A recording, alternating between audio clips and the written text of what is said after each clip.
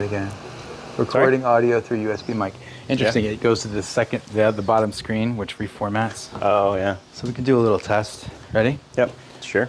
So, on. Your mic is backwards? Mic flips around like that. Yeah.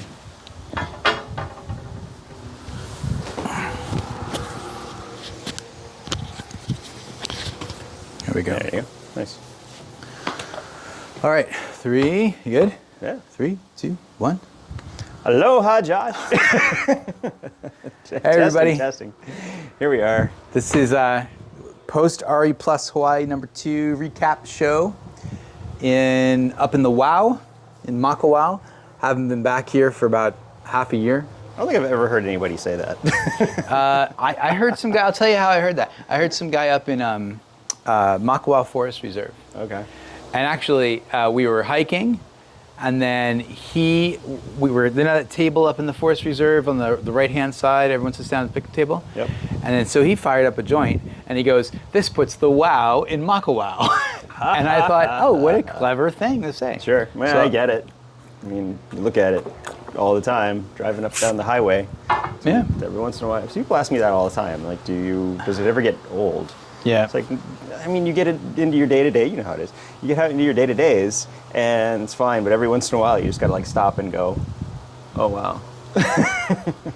Well, that idea 100%. of like Hawaii, but in particular for us, Maui, being kind of a super special place. I mean, I think people think of it that way, and this is related to the whole discussion on energy because, Sure. It's this environment that is overtly kind of like filled with nature, and you feel connected to nature, and people come here because of that, right?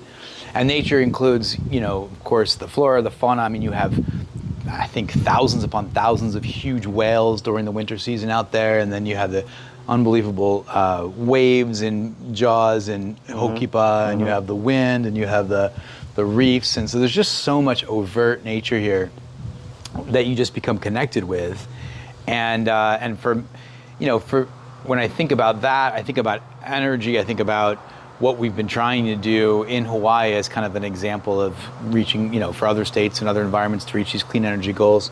It's a no-brainer that you would try to do this here. Yeah. Preserve the natural integrity of the environment.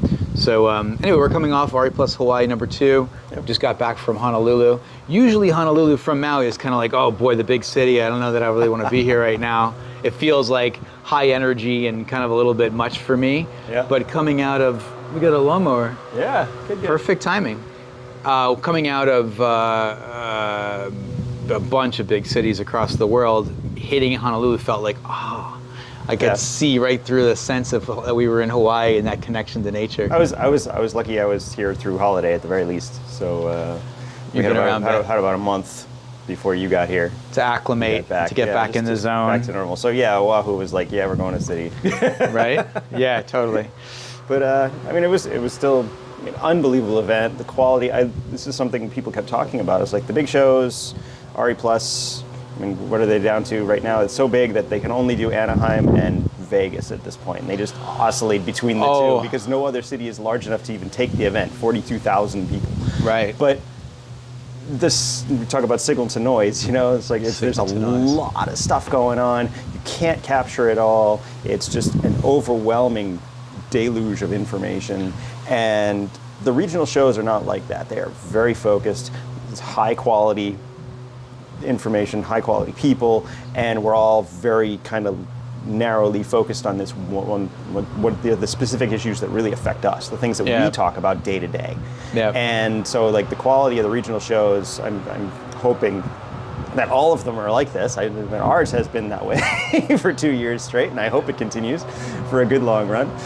It's just such a high quality event when you are interested in this field, when you're embedded in it, whether you're an installer, whether you're a utility, whether you're just a concerned citizen, all of these panels are all relevant to you. Yeah, there's we definitely were able to see, it was like Monday had some activity that actually I didn't realize was going on. There were 3 or 4 main sessions or workshopping sessions, I think, on Monday. Yep. And so I had just come in, so I missed that piece. But then, Tuesday the 14th and Wednesday the 15th, we had back-to-back sessions throughout those 2 days. One track, one room. The room was actually larger. It felt more kind of felt better for the number of people that were in the room. Sure. I think than the previous year. The previous year was a little bit smaller. They under calculated how many people were really going to show up. Yeah, a lot of people turned out year one, and a similar amount turned out, it looks like, year two. But we had a much larger space at Hilton Hawaiian Village. The previous one was it Olohilani? Halekulani? Alohilani, right. Alohilani, which is a beautiful hotel, but it's just a little bit smaller, right? So Hilton Hawaiian Village is one of the larger kind of convention environments in Oahu, and the space felt like there was room to grow there, And I definitely came away with whoa, there's a lot of movement right now in what's happening in Hawaii. And of course, given Lahaina, given the status of kind of how Hawaiian Electric is navigating the settlement and the state of the different grids, that's HELCO, MECO, and HECO, which are all kind of under HEI, I guess, these days. There was, it's definitely a dynamic time in Hawaii. And the fact that these original and we think about Maui a lot, you'll hear us talk about Maui a lot, but many of the RFPs from phase 2, I believe, and I sometimes mix these up, but from the more recent issued RFPs, many of them fell away. Many of them fell away for various reasons that I heard people talk about it in different ways, right? So, but the bottom line is that we have Ma'alaya and Kahului. Kahului and Ma'alaya plants are going to be retired in the space of the next about less than 5 years, right? Yeah. So that means that all that generation is going to need to be replaced. Yeah, and this is the bulk of what people would traditionally consider our firm power, right? So we're talking about the big diesel plants, bunker fuel generators that have been operating since, before World War II, around that time frame. They're ancient. by like equipment standards, and they can only support it because they run their own machine shops. They can't get parts for these things anymore. Amazing. And it's not really an economically or environmentally beneficial thing to continue doing. So they should be end of life, but what are we going to replace them to? The biggest disconnect I have, though, is that everybody I talk to, granted, I live in the particular world where we're talking about renewable energies, alternative energies. I don't like the term alternative energy. It's like alternative. It's not an alternative anymore. It's not alternative anymore. It's like saying I live an alternative lifestyle. What does that mean? That's kind of weird. This is not weird. This is the world we live in now. So it's just energy. But I live in solar, wind, nuclear, if you want to throw that word out there, like some other type of more up-to-date way of creating the electricity that we use and use more of every single day. So these technologies need to be end of life. Everybody agrees that we need it, but no one can agree on where it's going to go, what it's going to look like. All these RFPs were actually, as you said, they were awarded, and then for whatever reason in socialization with the community, they were canceled for various reasons, but a lot of them were that. And we're going to have to bite the bullet at some point and say, yeah, I'll have it, or yeah, we can put it out here, because there are no other solutions when these plants go offline. And we're now behind the 8 ball because all these planned projects, we were on the radio show years ago saying, when these projects go forward, we're going to be at 60%, we're going to be at 80%, we can get there. But nothing went through. And so that's the big disconnect. Everybody wants it, but nobody wants it here. Well, there is no other here. You're talking about the ones that fell away because of the NIMBYism, right? Which is a contentious term, but that's okay. That. But I mean, so many reasons were given out, and then they had to deal with those. I mean, I feel so bad for the companies that put all the effort in, because they did all the due diligences. They went around, we went to community events, and still they're hit with everything from line of sight problems. I don't want the solar reflection coming off the mountain while I'm driving down the hill in the morning to go to work, to electromagnetic radiation that's going to kill my child. It's like such weird crap that they got hit with. after it was awarded, after it was awarded, they're like moving forward on the project, and then all of a sudden it's like, nope, can't do it. Yeah. So one of the things that I found myself thinking about, kind of 30,000 foot viewing the Maui situation, more so than the Hawaii. I'm kind of contracting my view a bit here. There's things that I'm thinking about on all the islands, but really a lot of my mindset is focused in on Maui. And I heard some people, people in energy, consultants, engineers, lawyers, talking about how this is a problem of our own creation. Sure. And it's difficult to do things in Maui. It's difficult to build things. Sure. Permits take about 3 times, I just read this in an article yesterday, 3 times longer in Maui and Hawaii than it does in the mainland for building, right? There was an executive order in LA by the mayor just the last, I think it was the mayor, not the governor, within the last week, just full sweep across the permitting process, saying these things need to be reviewed within a 30-day window. That's it. Yeah. So there's this mindset of, we need to rebuild. We're in a major problem. We're going to change the rules in order to make this happen.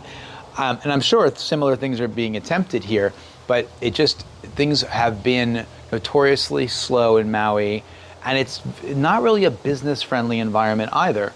So you have, like in the case of the utility scale providers you were just talking about, we happen to know them, and it sounds kind of funny. I feel bad for those guys because they're multi-billion-dollar transnational utility companies.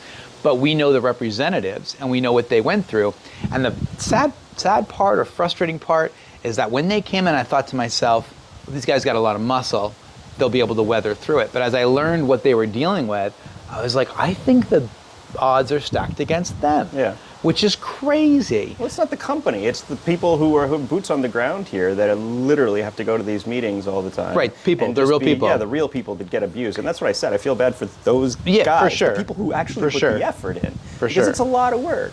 And they are, I don't want to say necessarily trying to do the right thing, but they're trying to do a thing, and they just blocked it every single turn. But the question is, regardless of whether it would work or not. The question for me is not so much it is that, what is it that creates this systemic inertia, if I can use some colorful language? What is it about Maui that creates some systemic inertia? And it's not like there's an evil cabal of people trying to slow down or speed up or there's always people trying to gain advantage, but it's not like, I don't think that's that. I think there's just a systemic kind of thing within a number of parties, everybody working together. It just seems to be very slow. Yeah. And that's very difficult for companies that need to be profitable, or at least come out and have an economic rationale for doing it. In order for the project to work, they need to maintain some sense of schedule. You can't necessarily do it at island time. And there's 2 things going on there. There's the island time. Yeah, we'll get around to it. It'll be done. Island time. But then there's also we don't want things to change. I don't want my view to change. Sure. Yeah, and that's not unreasonable. I don't want the whole side of the mountain to feel that way. Yeah, I don't want the whole side of the mountain to be covered in solar. But yeah, well, none of us. It doesn't have to be, first of all. None of us do. No. But there's. So if we think back from 7 years ago when we started doing Solar Coaster, that's a long time. Yeah. So we've had a lot of discussions, and we had a lot of expectations, and we saw the timelines. We were oftentimes talking about that. By this date, this should happen. By this date, this should happen. And we had a sense of how things were progressing, and they haven't happened that way. Yeah. There's been limited progress. And I would argue almost none.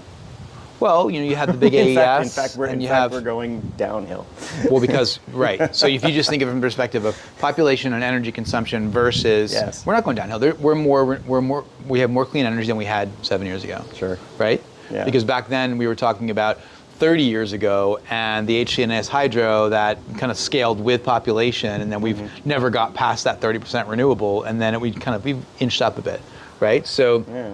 Anyway, not as great. So what I wanted to say is that I read an article by Ray Kurzweil. Do you know the futurist Ray Kurzweil? Yep. So apparently, and correct me if I'm wrong here, but he apparently has some history of being accurate in predictions, right? And I have to send the article to you, and I'm not going to try to quote it because I don't remember the exact numbers of it. But it was a very aggressive, basically timeline mark, like the next 5 years, like we're going to see such a surge in how renewable energy impacts the world, that it's going to change kind of the fabric, the foundation of society very quickly. Not 10 years, but like within 5 years.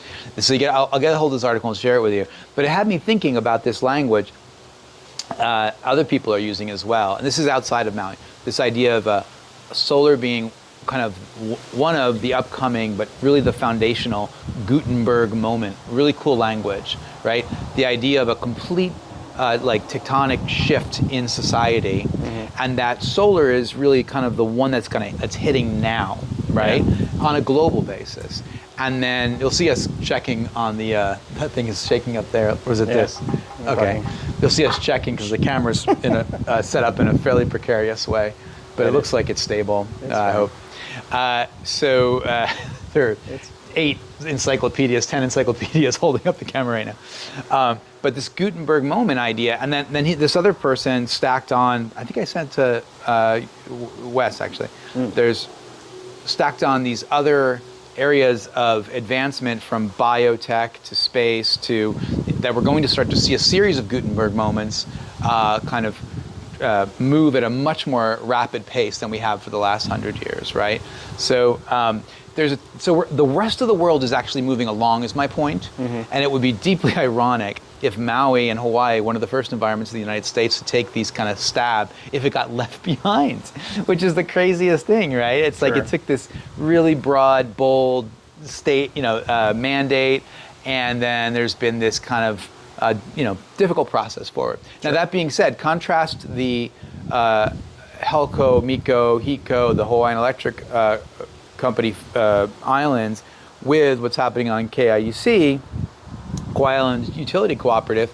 I think they said they're in the high 50s right now. We spoke with Brad Rockwell, the head engineer. In the past, we spoke with the president. What's his name again? It'll come to you, the president.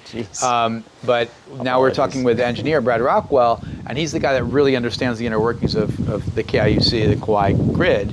And so KIUC's been in business for about 22 years. For the last, I think they started really deploying these large-scale solar plus batteries about 10 years ago.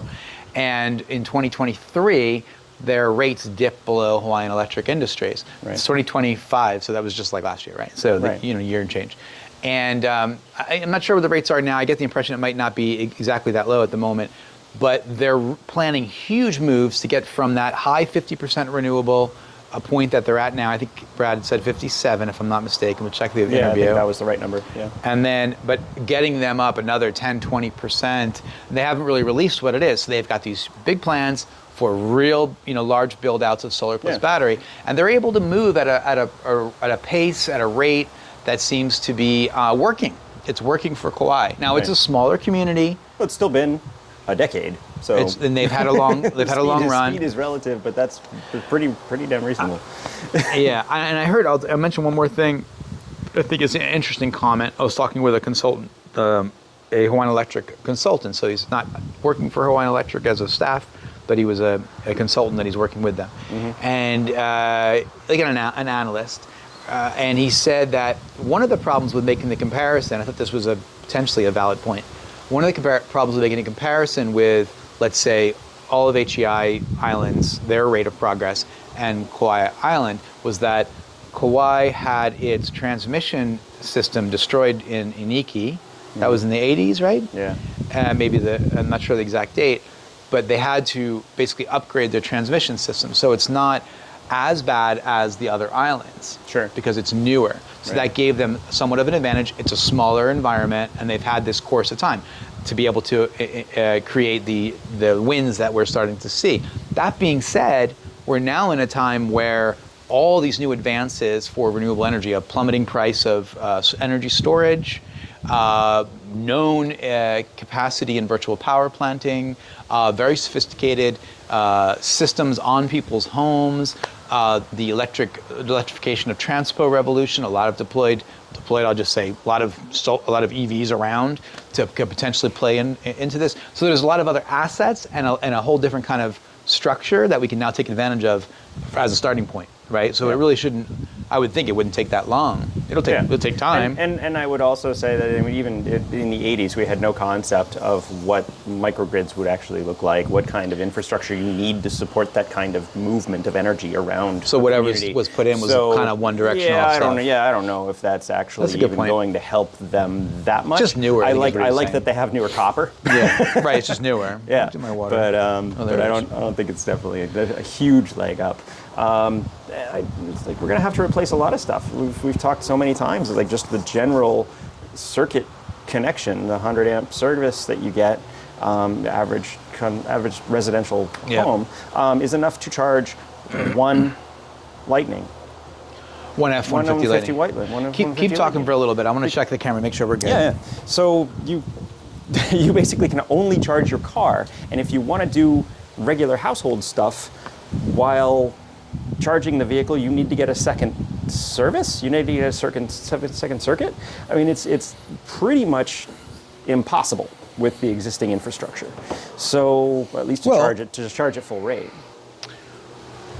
Well, kind of. If you're assuming AC. Yeah, I mean that's what we still have. No, but you could, like in the case of. If you're talking about generating yourself and charging yourself, I'm saying if you just bought the car, you don't have a significant solar system, which you shouldn't do. But if you did, to be able to charge the car at full rate, you cannot do it from a residential circuit. Yeah, for sure. But that's all I'm saying. It's just infrastructure needs a look at. Well, the reason I'm hesitating and I want to talk about this is that we've been through the process of installing these systems here on your home and in my home, and we've seen that there's solutions to address that, right? And I know people with EVs around the country, and generally speaking, if you don't have a solar battery system or a solar system, potentially a solar battery system, and the other technology we've been talking about, load controls and stuff like that, if you don't have a solar system with an EV charger, it's really like a fundamental part of the puzzle of an EV. And EVs work a lot better here because there's less range needs. Right. So you have less range needs, and then you have a lot of people with solar systems. So I heard someone say at the conference that it's really normal to have a NEM system, a solar system, maybe some batteries as an add-on, to have an EV charger, and to have an EV in Hawaii. It's like a normal thing. It's no longer like, oh, that's so amazing. I've never seen that before. It's like a lot of, certainly us in the industry, a lot of us have it. And when you have a solar battery system and an EV, now you're charging off sunshine. You don't have any range anxiety here in Hawaii. Yeah. So, and it feels amazing. It's a really cool thing. Now, what I was going to say is the next stage of that is the power issue, because that's still actually an issue for many people because of the derating sizes and stuff for if you have a 100 amp or a 200 amp service, you can only put in so much load essentially. So I never fully understood that, and the electricians walked me through it a dozen times over the years. But the bottom line is that you can only put in so much. Yeah. So much solar, so much load, so much charging, this kinds of things. So if you want to have a level 2 or a level 3 charger, which is kind of where it's going to, that's very difficult on a regular electric 100 amp or 200 amp service. You can do it, but it just gets difficult depending on what your overall loads in the property look like. But what we have seen in the case of SolarEdge, and I'll just say that because I've obviously worked with them on some projects over the years, is that you have the potential of having DC along AC, a DC grid essentially along AC, right? I'll use these terms a bit out of exactly how they're supposed to be used, but the bottom line is that the solar PV being optimized in the case of SolarEdge, running down through the batteries, running into the EV charger, when they finally get this DC charger, bidirectional charger rolled out, you're really bypassing the need to put in new breakers, I believe. It's all on the existing system.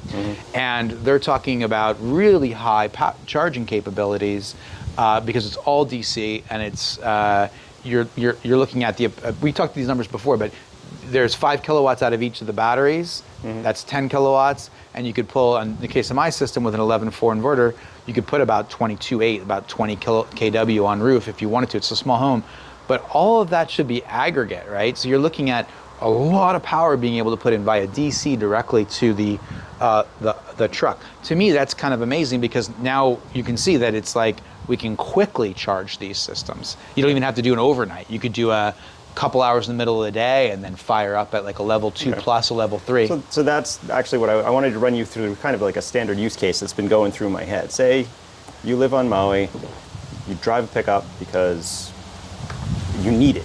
Yeah, it's your job. sure. You work in construction, you work in landscaping, you do whatever someone. Or you just want to take all the brush and stuff that's in your yard or you over just to the want to green take it over to space. Agway, yeah. If you do that type of job, you wake up in the morning, you roll off, you use this electric truck as a battery for all your other site tools. You know, that's half its selling point, is that you can plug in all this stuff. So you roll to a work site, you do your job, you're working throughout the day, you get home, your solar's kind of done. Yeah. Where are you going to charge from? It has to come from the grid or your local storage. Sure. You need to have a tremendous, how big's the battery in the Lightning? 98 or 135, I think, is the peak one, maybe. Name me a home battery solution that has that kind of capacity. Yeah. The truck. Well, this is it. So this is where we get into, like, if you're servicing the grid, if you have a type of a relationship with the grid where you're providing some type of grid service, then you should get credits for that, and then you should be able to use it, use the power, use the energy and power maybe off peak, right? Like, or at nighttime, for example. I'll just say that.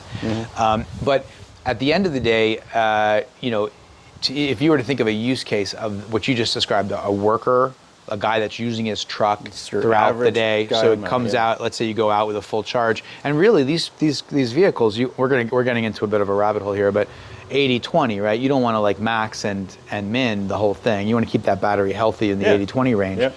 So you're talking about maybe, you know, of 100 kilowatt hours, you're talking about maybe 60 kilowatt hours usable that you want to use in a day. So where would you get 60 kilowatt hours to get it up to your 80% max, theoretical max? At night. And so that's right. Then you need the grid to be able to do that. And that's what I'm saying. That's much more realistic. Like that's what we're talking about, what we're fighting against. To make it more practical. To make it, Well, otherwise people don't want it. Then gaming it and saying, okay, I'm just pulling it from one car to the other, for example, which is kind of like real geek stuff, I mean, right? DC to DC, it's not so bad, but yeah.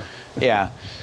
So that's kind of the state of affairs, in a sense, on Maui, talking about these large systems that haven't really successfully been, you know, put into place. But we talked to a lot of different people. We did about a dozen kind of short recap interviews, 5 to 10 minutes.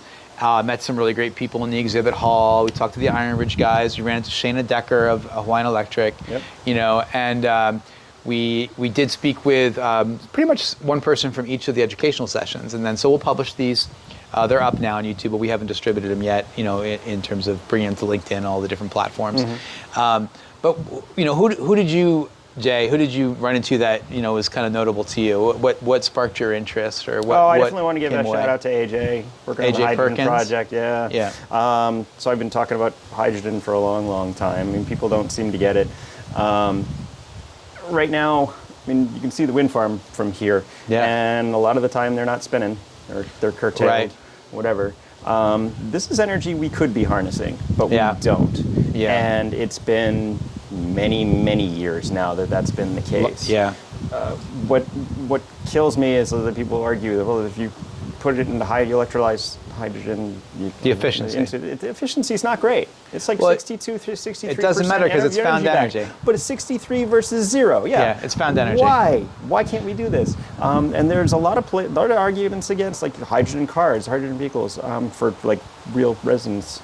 I would never do that, because hydrogen is kind of a pain in the butt to deal with. It's under pressure. It's super cooled. You can't sit there at a gas station and have your average person just fill the tank. It needs to be done by trained professionals, but it is a great solution for firm power. It's immediately something you can fire up and use. It's a great solution for large scale, like trained trucking or ferries or like all these other things, and especially like in marine, where it's either bunker fuel, bad diesel shit, or hydrogen. And I think the comparison, Jay, is really between something, if we've talked about long duration storage, and both biodiesel and hydrogen are examples of long duration storage in a fuel form, right?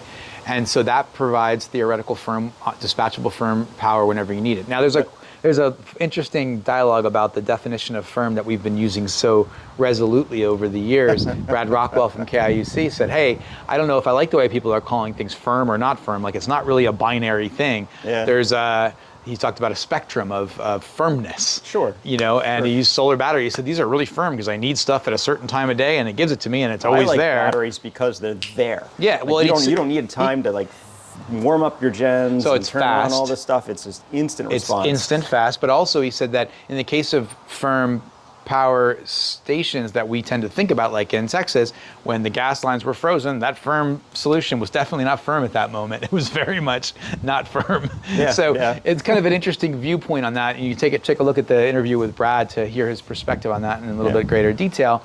You know, but we're at a time where AJ and hydrogen, and Chuck Collins, of course, always talks about hydrogen as well here in Maui, where hydrogen, maybe there were some new tax credits or some new guidance on hydrogen from the feds just the last few weeks too, that goes hand in hand with these new solutions. Now, so what could this look like? Well, if we were to take otherwise curtailed energy, what's the technology of that, Jay? I know it, but just how would you describe it? What happens? Electrolyzer. I mean, it's relatively Run it through an simple. electrolyzer? Through electrolyzer. Oxygen is the byproduct. You know, we let that go and capture the hydrogen and keep it over here. It needs to be stored under pressure. Keeping it is kind of tricky business. I mean, there's definitely some turnover in the equipment you use. It kind of permeates because it's the smallest molecule, H2. The smallest molecule. It actually can kind of whittle its way in between other Seals molecules and of stuff and seals, and so this is the reason why you don't want it as a regular residential use product. Although that's been used that way in Japan for years. It has, but I don't know, Japanese are a little more fastidious about how they fill their cars. A little more fastidious about everything. Full service gas station is still a normal thing in Japan. Like in the 50s where they roll out. Exactly. Yeah. We don't do that here anymore, and people still have their phones out even though you're not supposed to. Yeah. So it's fine. But the point, what I want to get back to with his kind of conversation AJ. there was he's AJ Perkins. Shout out to Tech Flow. Yeah, he's got a really good kind of long roadmap for how this is going to look, because we don't have a lot of economy for the hydrogen yet here. Like, nobody's really using it. Well, how do you bring stuff into the state and sell it if nobody's using it? You need to have an infrastructure built. Yeah, in a marketplace. Right, in a marketplace. So he's been talking to the mayor over on Big I guess, from what I understand. They're talking about using using it for all the buses, which would be fantastic. That's some good long haul stuff, but it's around Big I. And it's something that people can be properly trained to operate as opposed to just average consumer. He's going to be bringing in the initial hydrogen. We don't have to manufacture it here either. Yeah, so there's a transpo. Manufacturing. And my initial gut instinct was like, no, we're just trading one fuel for the other. He's like, no, that's not how this works. The initial tankers are going to be short-term duration just to support that build out of infrastructure. Yeah. And in parallel, while they're bringing in cheap hydrogen from mainland that was also going to be curtailed, build out the infrastructure, we'll be building our own electrolyzers and stuff facilities, so then we can be truly self-sufficient, resilient out here on our own. And then Big I becomes a hydrogen hub, which I think would be really neat to see. Yeah, and the discussion about Big Island and its unique, let's say, characteristics and the advantages that those characteristics present to a hydrogen island. He called it a hydrogen county, a hydrogen island, were kind of interesting. I hadn't thought of them in this way. He said, for example, if you're on Maui, you can go from one point to the next in an EV and back, and pretty much no problem, right? Yeah. You can even do a loop to Hana and back, I think, and pretty comfortably. Yeah, be safe. Yeah, so in the case of Big Island is a lot bigger. It's larger than all the other Hawaiian islands combined.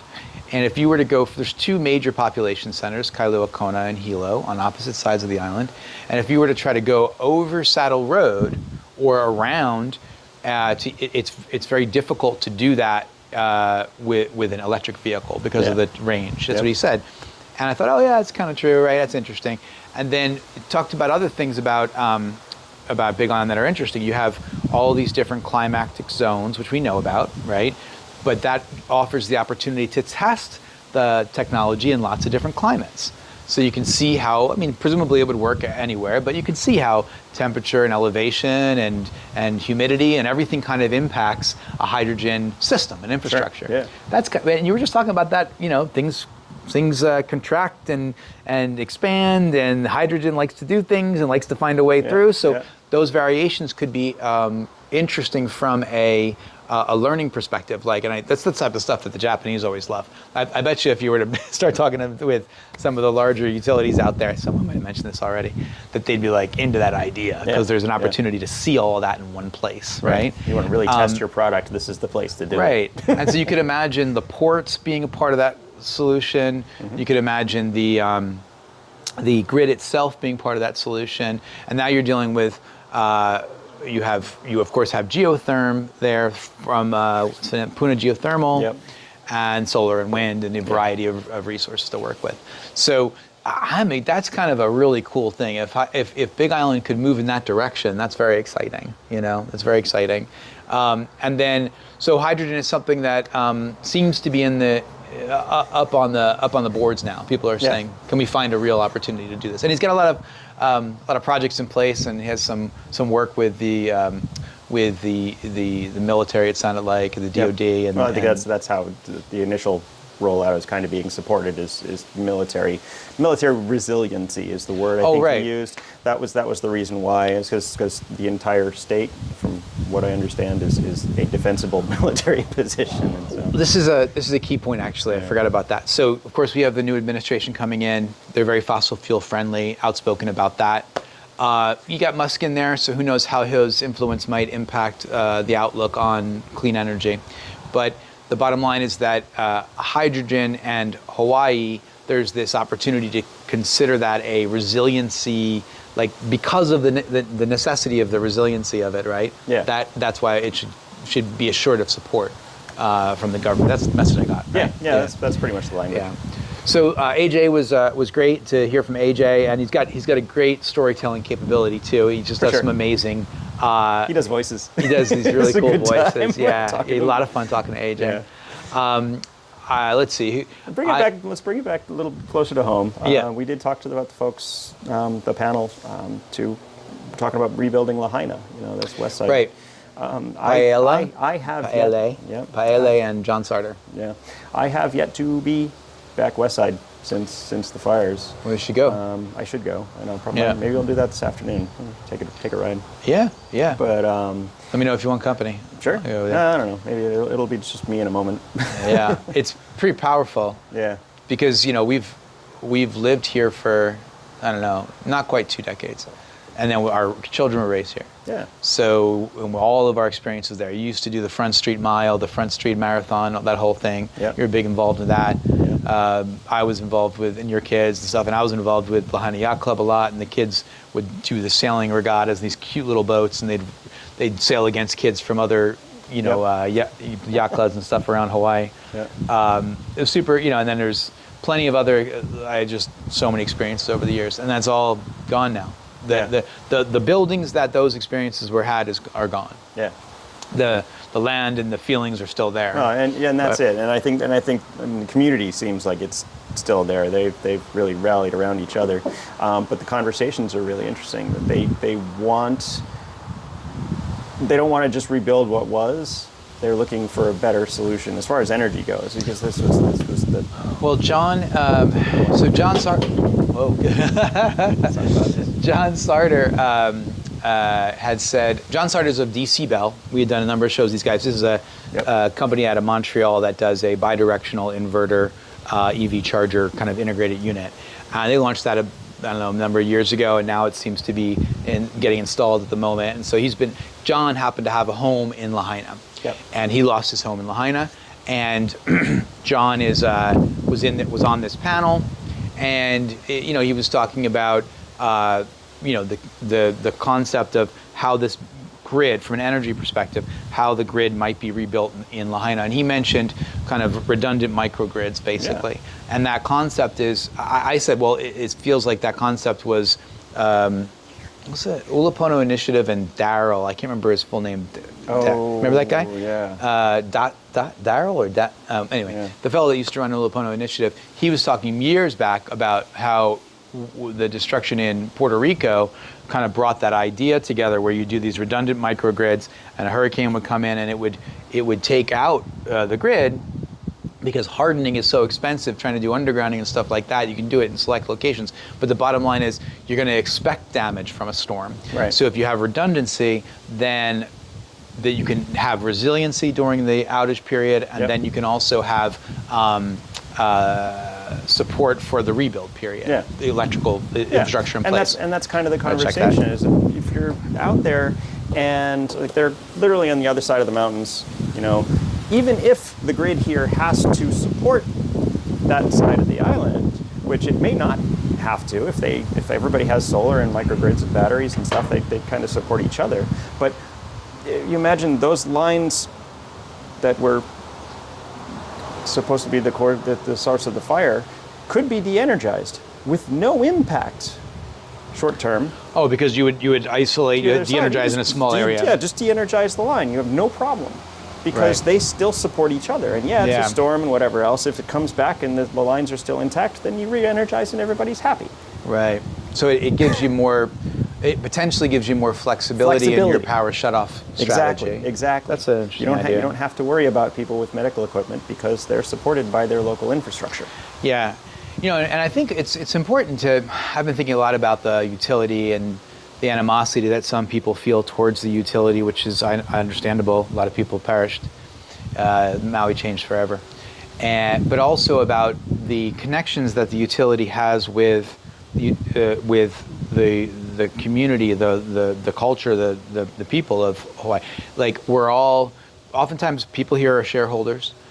Oftentimes people here have relatives that work in the industry, that work in the companies. Yeah. And we know many people that work in the companies. Largest employer in the state. I believe it's, one of, if not the.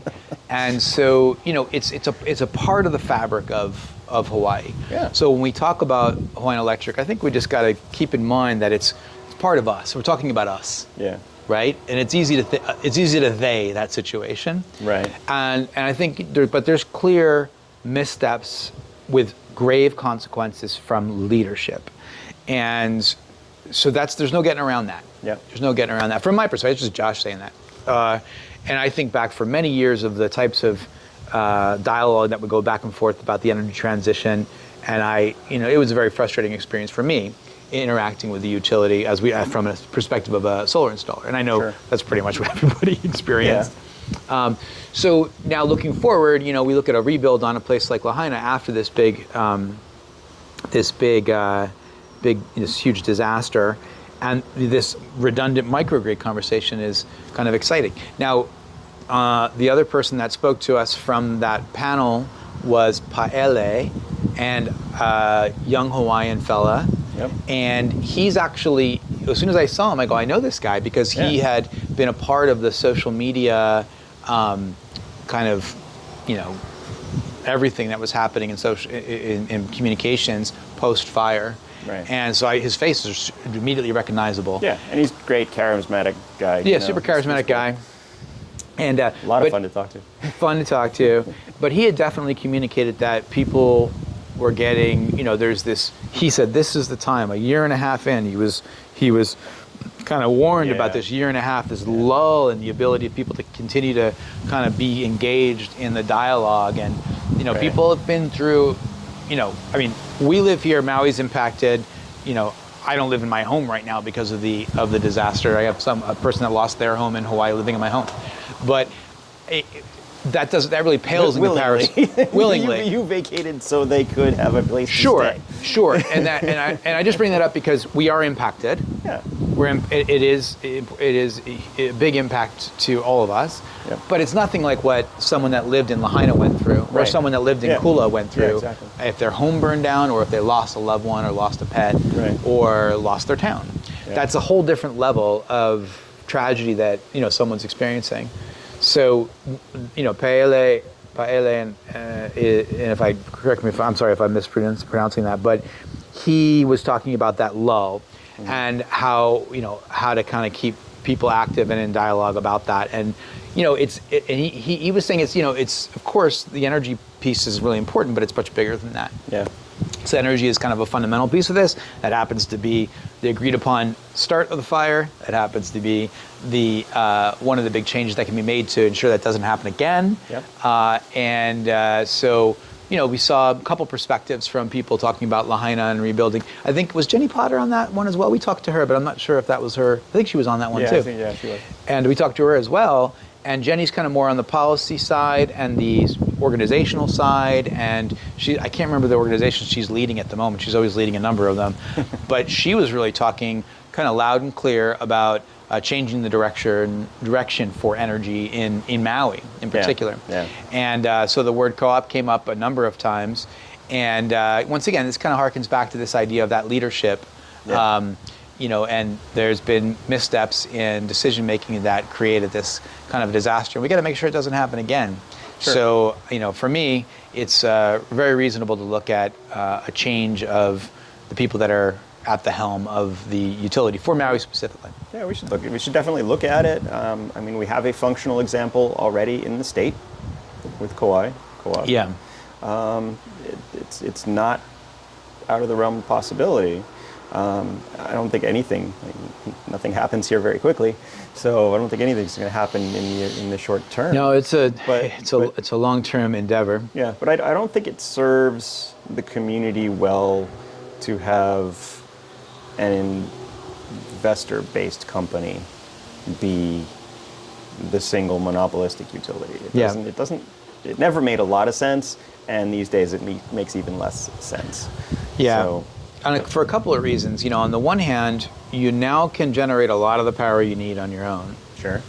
And then also you have to make decisions in concert with the safety and the health and the long-term affordability of the community. Yeah. And it's very difficult to do that when you're servicing shareholders, even though the shareholders many of them may be the community. Well, but it's worse than that because the regulations that they negotiated early on, wheeling specifically is one of the biggies. But it directly contradicts the whole microgrid kind of conversation, where we all have batteries and solar panels on our houses, and we kind of self-supply. But what happens if my inverter breaks and I need to get a new one, and I'm down for a couple of weeks? I go to your battery and say, "Can I borrow a couple of electrons?" Technically, you're breaking a rule. Technically, I'm breaking the law. Yeah. So, really, that needs to change, and the utility doesn't want their negotiated laws to change because it's the entire reason for their being. I think the utility is in a place where they're on the ropes, so to speak, and sure. Yeah, well, it's important because I've heard from some people different. One of the things you get in these types of conferences is you get kind of the backroom talk. Mm-hmm. You have the stage talk, and then you have the backroom talk, and then you kind of some people go. I think people like to speak candidly to us, so I heard that a couple of times. Just speaking candidly, so no names. Yeah, so don't no names. Don't say But I heard one gentleman say to me, I think that this might not be a fight for Hawaiian Electric to give up control of some of these outer islands. Mm-hmm. They might even welcome it. What a statement that was. I thought, I never thought of it that way. I didn't think of it so much as a fight. I didn't think of it so much as they would be grappling to keep it. Yeah, I don't think it's a fight. I think the community, we are the population here. We vote on it, and that's what's going to happen. We voted that we would have Hawaiian Electric Company be the monopolistic utility here when it was Are you saying created. That was the public sentiment back then? Yeah, I guess. Yeah. We need a company to handle it. They're willing to do it. Okay, this is how it's going to be. We voted on it, and that's what came into being. If we decide one day that this is going to change, for whatever reason, it goes to a vote, and we all decide. Yeah, and this may sound academic, and it may sound like kind of policy wonky type of conversations. But here's the thing: Maui is going through this affordability living crisis, of which housing is a major component.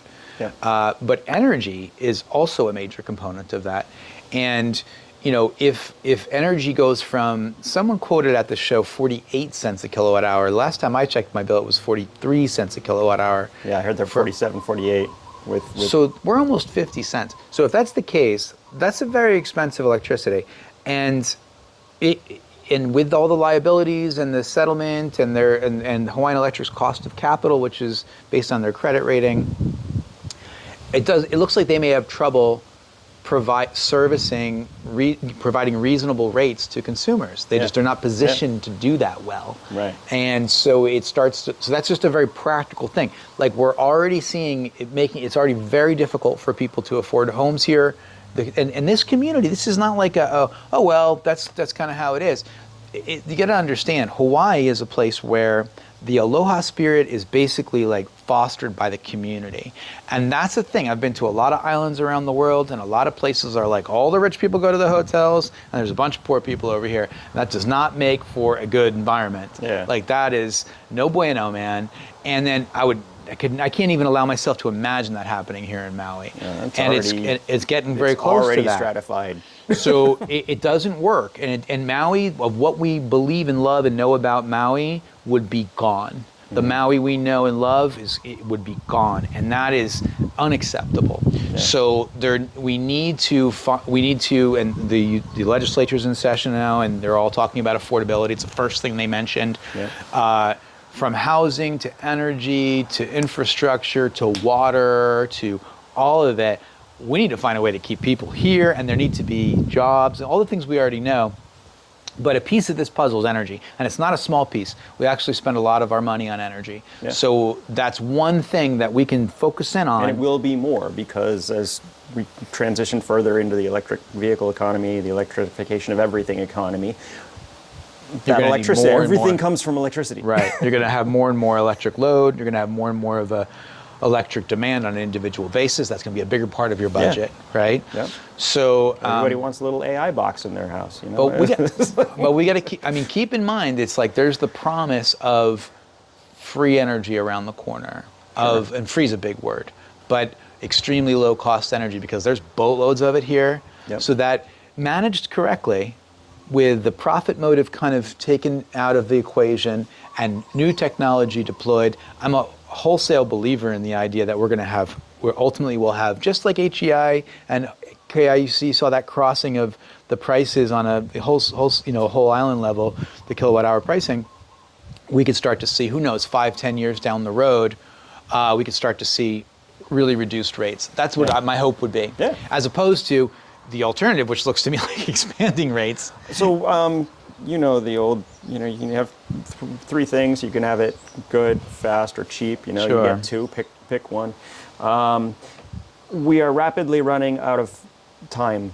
So everything is going to be fast, which means it's either going to be cheap or it's going to be low quality, and it's going to be expensive. That's what we're heading toward. And if we have to offline the power plants here, whatever else we get to replace that is kind of going to be crap and may not last the long term. You know how Maui is. It eats technology as well. So it's one of the things that are kind of fighting against this whole transition. But whatever it is, I can't imagine that they're going to be able to deploy something rapidly. And just assuming that Hawaii Electric stays here, they're still in charge, those plants are offline. What do they do to support the load? They're going to have to do something, and I don't know what is it. Did we pull a nuclear submarine into port here and tap off that? I have no idea what that looks like. I don't think that's technically against the Constitution. But again, so legislation can change. If the Hawaii Electric Company is still running the grid, then they're going to have to find a solution. That's my point. And whatever it is going to be weird. We're not going to like it, and it probably won't last. So these things. Well, you saw Governor Green, and I think if he's a public official, we can certainly call out their names because that's their job. Yeah, sure. Green talked at Hawaii Energy Conference in May of last year about kind of, if I recall correctly, correct me if I'm wrong here, but I remember him sitting up there and he gave out his cell phone number, remember? And then he said, we're going to have to take a look at LNG, just kind of temper our expectations for this transition because the money's not there. I believe he said that. Yeah. So, I know that was a thing, but that was my big problem, especially when I was touting hydrogen, is that we're just trading one carbon fuel for another, and we still have to import it. It doesn't grow here. Sure. So we need to find some solution that is actually here. The resiliency and the ability to locally support the infrastructure, not importing all this stuff. That's the goal. Yeah. And so if you're just trading one for the other, I don't think that's a solution. Don't like it. Right. So there was some other people we talked to. Who else? We talked about Brad and Jenny and AJ. We talked about John and Paele.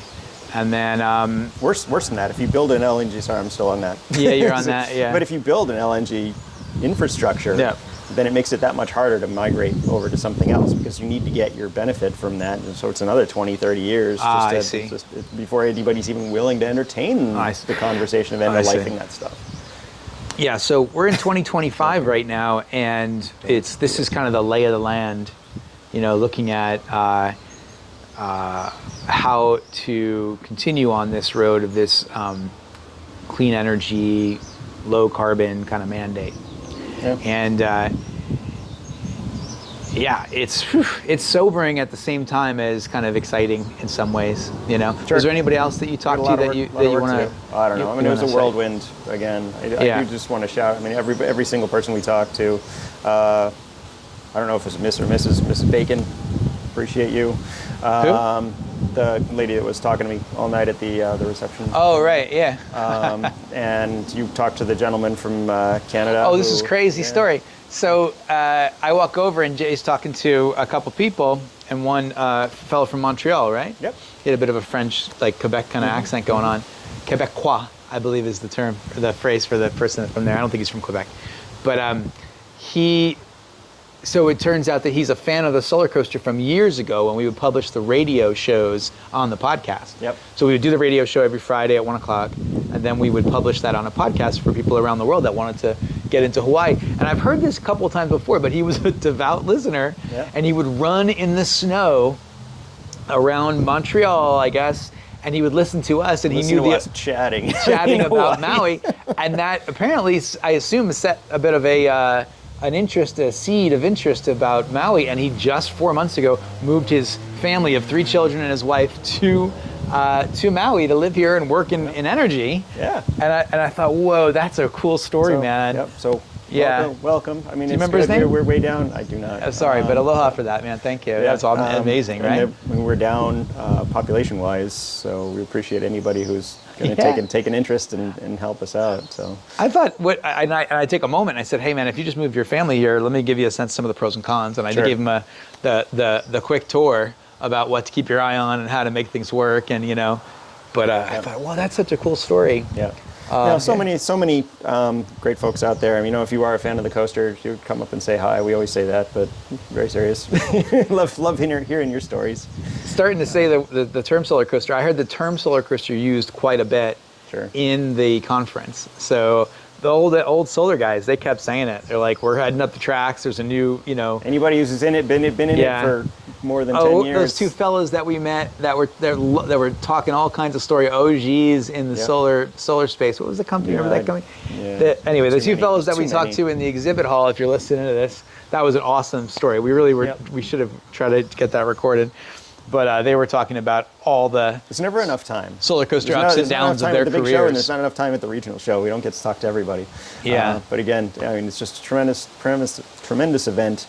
I can't thank the RE Plus folks enough for 100%. coming out and doing this for second year. I'm looking forward to year 3. Big mahalo. And the big show, although that's always scary. I guess it's Vegas this week. This year? This week. I heard it was Vegas. Not this week. I heard it was Vegas this year. Yeah, it's Vegas this year. Yeah. September. Really, the RE Plus folks, they have a great system in place. The app worked phenomenally. I love that app. Yep. It's really good. You can see the agenda. You get the Q&A. You can work off of the Q&A if you want to, and really stay tight to the discussion that's going on. The exhibit hall looked like you had a good helping of companies. I saw some new ones I hadn't seen before. We didn't get a chance to talk to as many as those we wanted to. I did get a chance to talk to Abigail Ross Hopper. Oh, right. CEO of SIA. She was there. I mean, that kind of shows just like how seriously they take it, right? And when she's here, it's a thing. Well, SIA and SEPA had their board meeting after the show. So you had the president of SEPA as well. Is it Sherry? I'm sorry, I forgot her name. But So you had, everyone was pretty much there, and I think Sets did a fantastic job. RE Plus did a fantastic job in hosting another, great event. Yep. And Appreciated.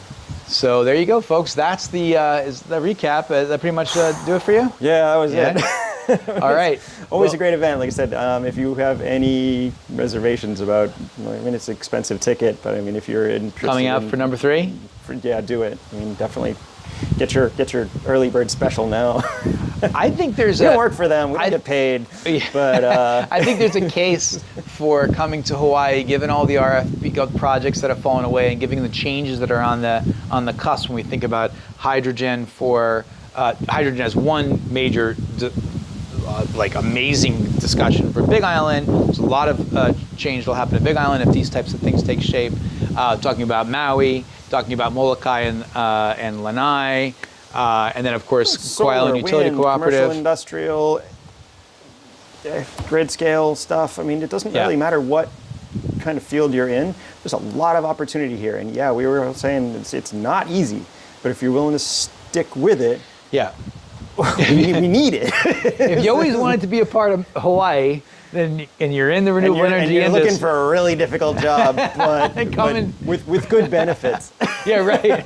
The benefits are great. The office space is awesome. Yeah, a good, nice office space with a view. We invite you to come and join us at RE Plus numero 3. Yep. In the upcoming year. And until then, we'll probably see you in Vegas.